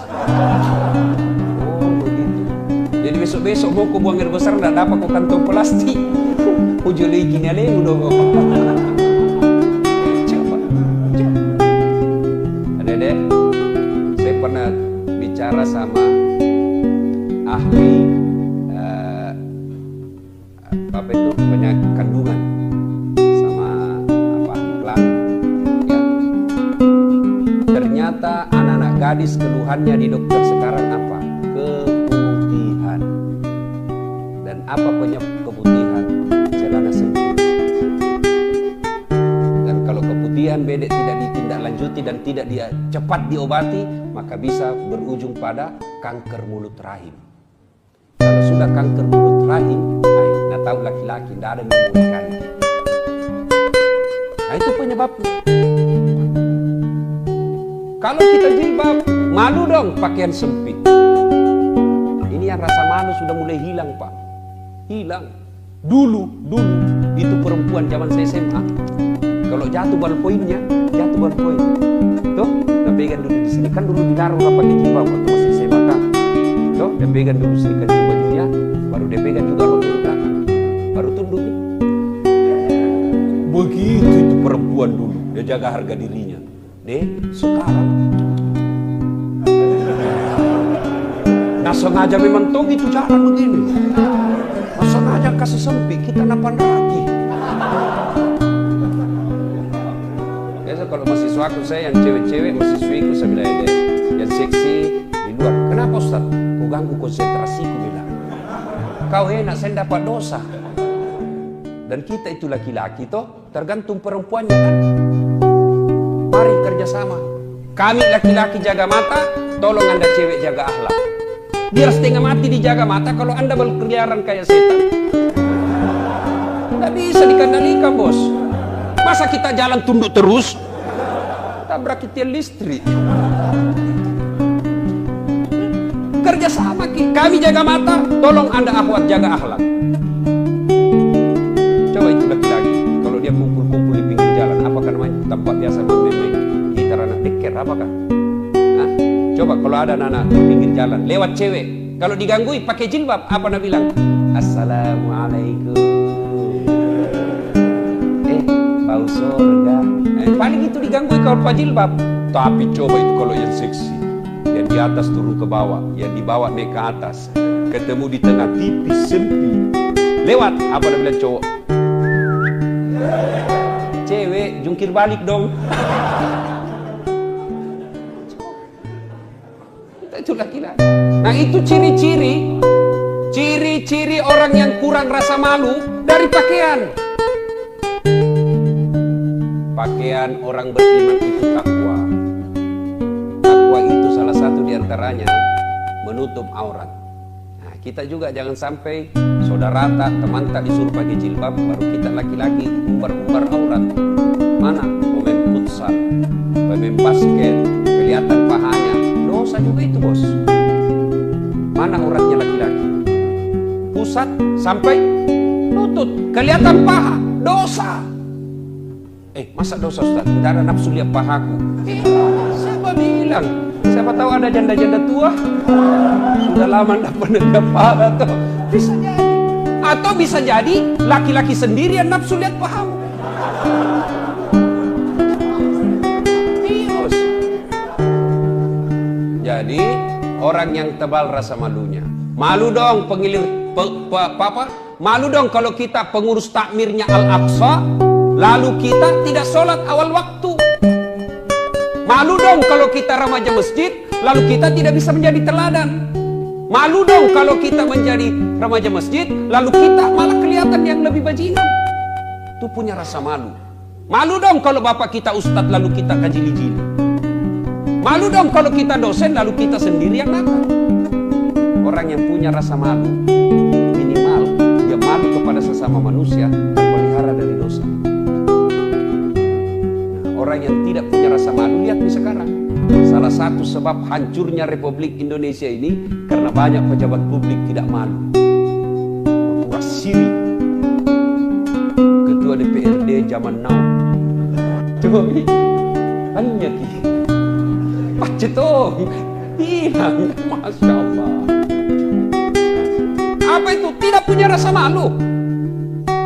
Bangga dia pakai mobil korupsi. Nyata-nyata pelat merah dia pakai pergi urusan hari-hari, urusan pribadi. Malu dong. Orang yang punya rasa malu, insya Allah termasuk orang yang baik imannya. Sebaliknya, orang yang tidak punya rasa malu, itulah temannya setan. Yang ketiga, teman setan, qaswatul qalbi, maka doa kadoro, tidak mempan nasihat. Mana yang dimaksud tidak mempan nasihat? Nabi bilang orang di kampungku, selesai dengar ceramah apa Nabi? Tantentong dan jejo. Apa itu? Tangi-tangi, jame-jamamu, jame-jamamu. Wita to pina witai. Nabi bilang mangkasara kucini tong pina kucini ki, eja pina doang. Kenapa? Kususai kok. Itu orang keras hati itu yang begitu. Selesai dengar dakwah tidak mempan, dinasihati tidak mempan, malah apa Nabi bilang? Memang aku lagi panggil itu Ustaz dasar, tidak baik ceramah, baik kita wah, tidak suka. Kenapa? Ampak na bahasa terus nak kena. Itu teman setan, tidak mempan, qaswatul qalb, keras hati. Nah, orang keras hati ini biasanya sepupu satu kali sama sombong. Ya, keras hati itu sepupu satu kali sama sombong, tidak mau dengar nasihat, tidak mau dengar dakwah. Orang yang bagaimana cara memelihara hati supaya baik, supaya berhenti dari keras hatinya, ala bidzikrillahi tatma'innul zikir. Ya silakan zikir. Mau zikir sendiri boleh, mau zikir berjamaah boleh, mau zikir dilafazkan boleh, mau zikir di dalam hati juga boleh. Ya terserah, jangan saling menyalahkan. Zikir berjamaah tidak ada pada zaman Nabi, bid'ah, masuk neraka. Luas namamu itu surga dan tidak mau kasih kita lupa.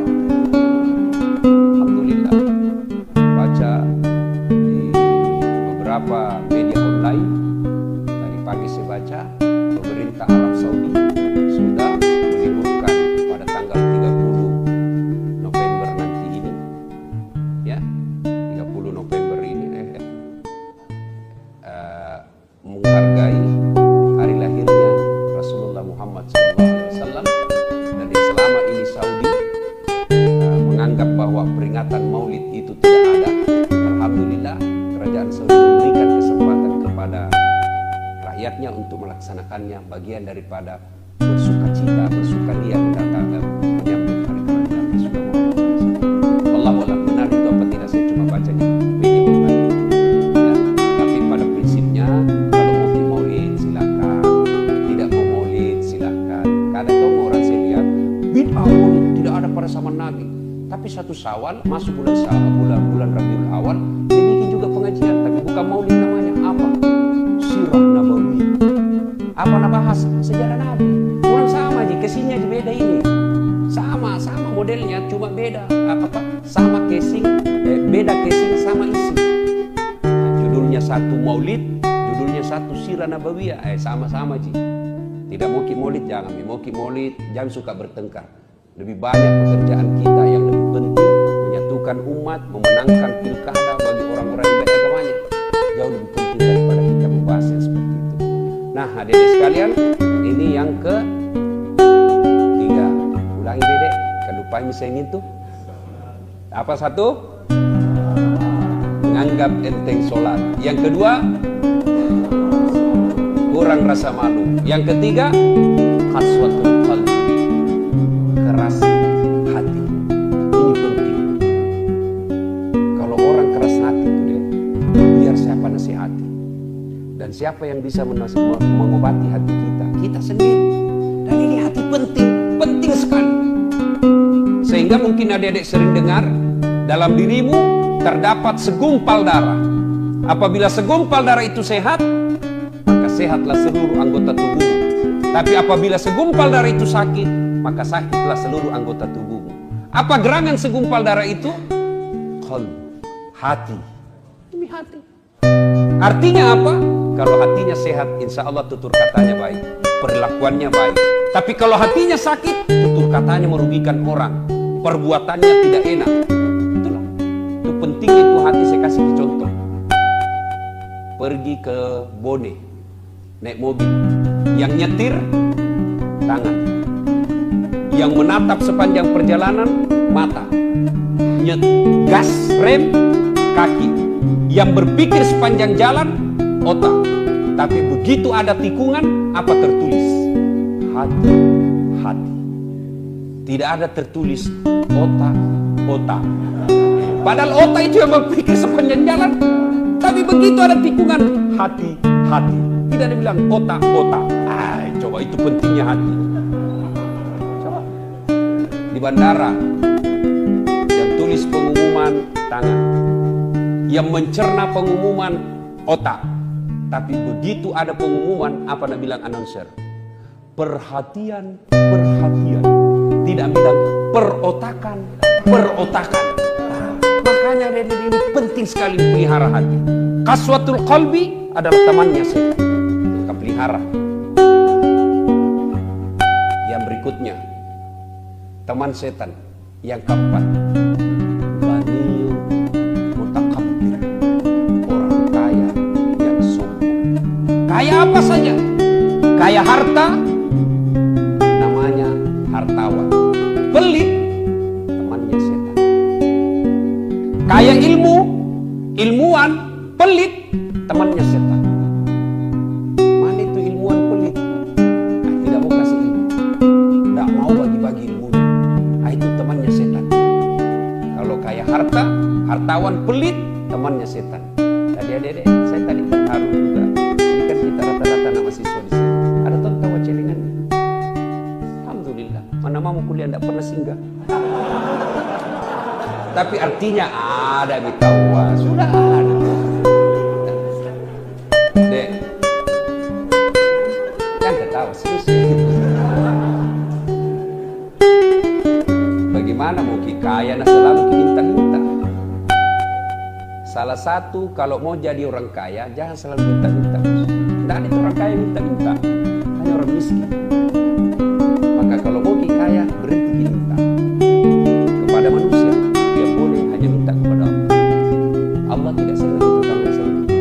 Yang Allah senang mana mau 100 rupiah lewat nak bilang teman-teman oke 100 rupiah biar bos juga manfaat daripada sudah. Tidak penting banyaknya, yang penting ikhlas.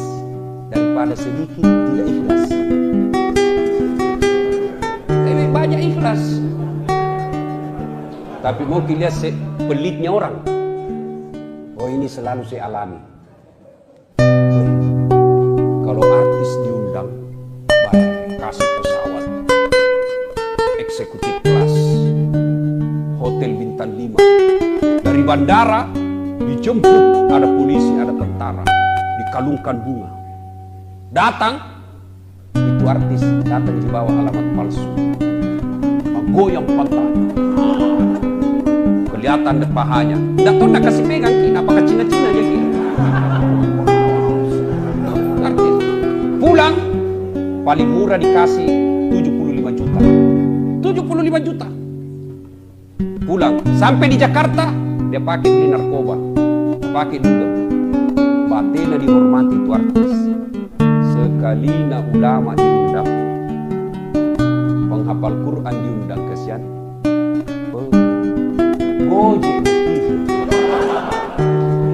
Biko jempu itu Pak Imam. La ilaha illallah. Satu mantel lagi diduai, musim hujan. Terpaksa tunduk begitu terus di belakang. Sampai bedek sedikit lagi Ustaz. Tiba-tiba di jalan mogok. Langsung dia bilang, tapi Ustaz turun dulu dorongnya. 1 jam busa-busa kalepa barasanji. Sallallahu ala Muhammad sallallahu alaihi. Didoakan supaya selamat dunia akhirat. Didoakan supaya murah rezekinya, supaya rumahnya berkah. Begitu mau pulang, kapan nak kasih 25.000. Dia bilang suaminya, deh 1 jam pun nak doakan, bahwa hujan-hujan lagi datang, kau 25 kasih. Dia bilang sini tambah di jalan kota. Bagaimana anak-anak tahu mau sekolah agama? Bagaimana anak-anak mau sekolah agama? Begini penghormatan kita sama orang yang paham agama. Sama artis yang hanya datang bawa dosa, kita kasih puluhan juta. Akhirnya orang tua bilang apa? Jangan kau kasih sekolah agama. Dia itu imam kasihan 2 jam 20.000 jina dapat. Itu tahu anak gaul 1 jam dilompat-lompat di panggung nyanyi, pulang bawa motor.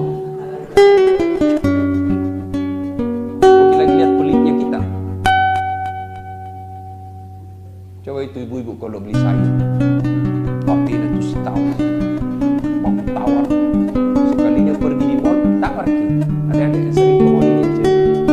Kalau belanja ki, tawar nih. Nah, misalnya di Alfamart, tawar.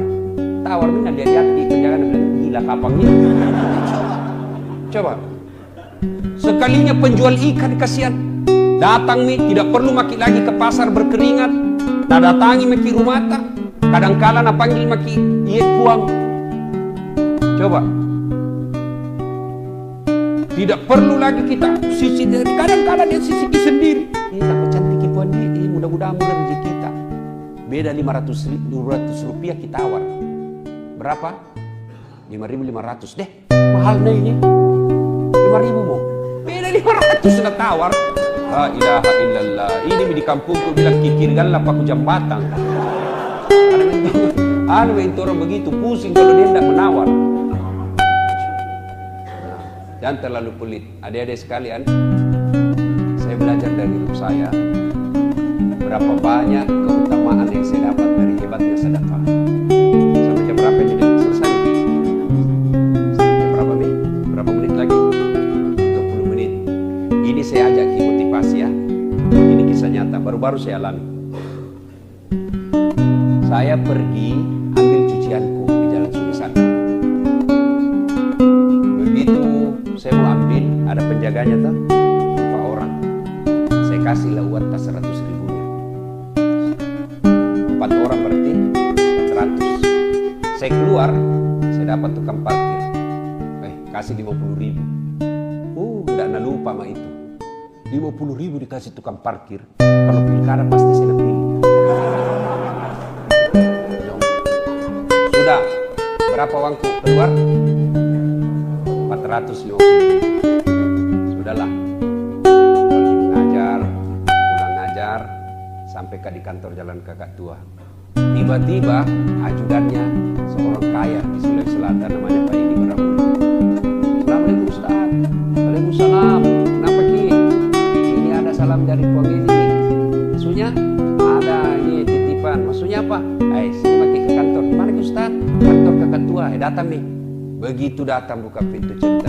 Assalamualaikum Ustaz. Dia ambil kantornya amplop. Ini ada titipan dari Puang Edi. Apa maksudnya? Saya lama dah ketemu. Padahal dalam hatiku cepat aku.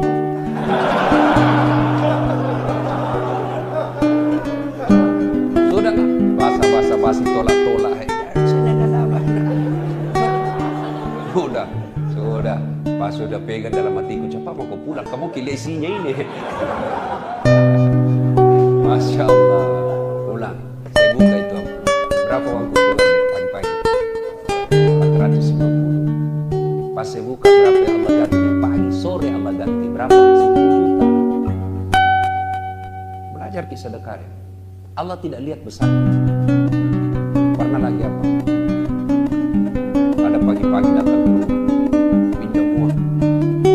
Dia kasih pinjam dan kasih kembali. Sudah kasih saja uang 150 ribu. Tidak enak kasih kecewa. Sudah kasih, tiba-tiba ada lagi ibu-ibu datang. Dan ibu-ibu datang, Assalamualaikum. Saya bilang, sama istriku. Karena perempuan kita hadapi. Pinjam juga uang rupanya. Saya bilang, kasih pinjam dan bisa bayar. Kasih saja uang 200. Pulang. Berapa waktu keluar pagi-pagi? 350 ribu. Sore, telepon yang punya pesantren yang di Pangkep, Haji Masrur. Assalamualaikum. Waalaikumsalam. Ada Ustadz Samsi Ali di sini Ustadz, di Wong Solo. Sini Ki kumpul-kumpul. Gila saya telepon istriku. Minta maaf saya. Nggak tahu. Sunnah itu panggil saya sama istri. Pahala. Kita waktu udah dipacari sayang. Sekalinya jadi istri, gelek-gelekku. Insyaallah sudah saya bilang minta maaf saya. Saya janji makan malam dan jadi. Tiba-tiba ada panggilan dari Solo. Ustadz Samsi Ali. Sudah ceramah. Selesai ceramah, Ustadz Samsi Ali dikasih honor. Maksudnya enggak usah. Sudah ada. Tiba-tiba itu keluar tadi tikungan ke saya itu belum. Kenapa saya bukan ceramah? Dalam hatiku cepat kok. Masya Allah. paksa saya dengan ikhlas. Ya alhamdulillah rezeki. Saya naik mobil, saya buka. Berapa keluar pagi?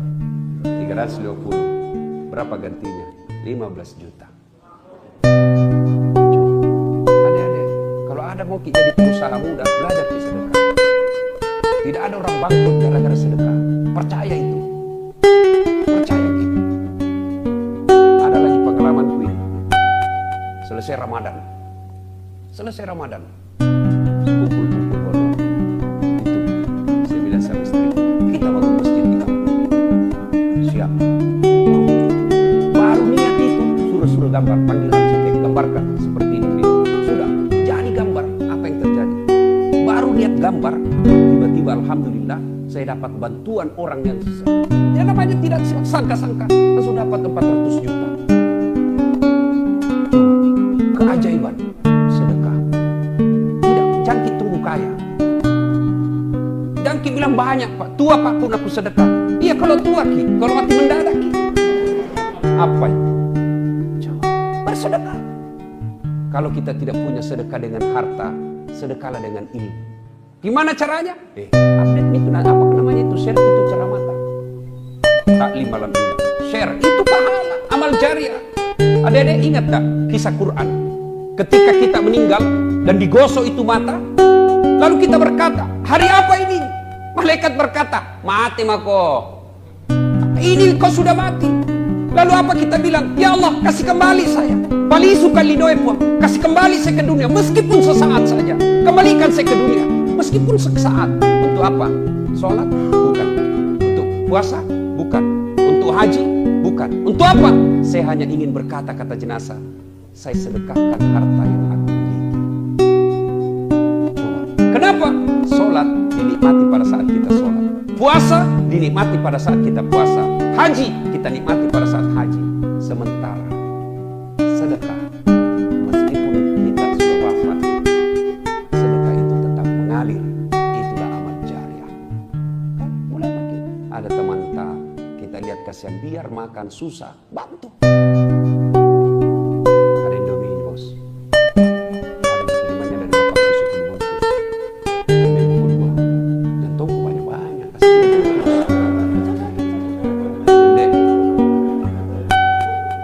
Dan itu kalau orang susah kita bantu, tidak akan lupa kisah dia. Saya dulu kan ikut mengetik komputer. Dulu belum ada itu namanya laptop. Apakah Windows apa namanya zaman dulu. Masih besar itu anunya. Apa namanya itu? Flash disk apa? Ya, sekarang itu flash disk kan kecil-kecil. Itu disket namanya. Karena kita ini numpang mengerti ada senior saya orang Jakarta. Ya, numpang mengerti skripsi. Kapan mengerti saya? Selesai tidak pakai. Jadi tidur rumah dulu. Selesai tidur dulu lah. Kau kerja dulu. Jam 1 selesai baru mana kasih bangun. Kau lagi giliran. Mana mati. Dan apa yang terjadi? Sampai detik ini tidak bisa saya lupa itu temanku. Begitu baiknya. Sedekah. Kalau kita orang baik, ada hartata lebih dari teman-teman. Dan siapa tahu rahasia Allah. Hari ini kita baik, hari ini banyak cerita. Besok lusa ketika 20 tahun yang akan datang, justru kita yang sengsara, dia yang jadi.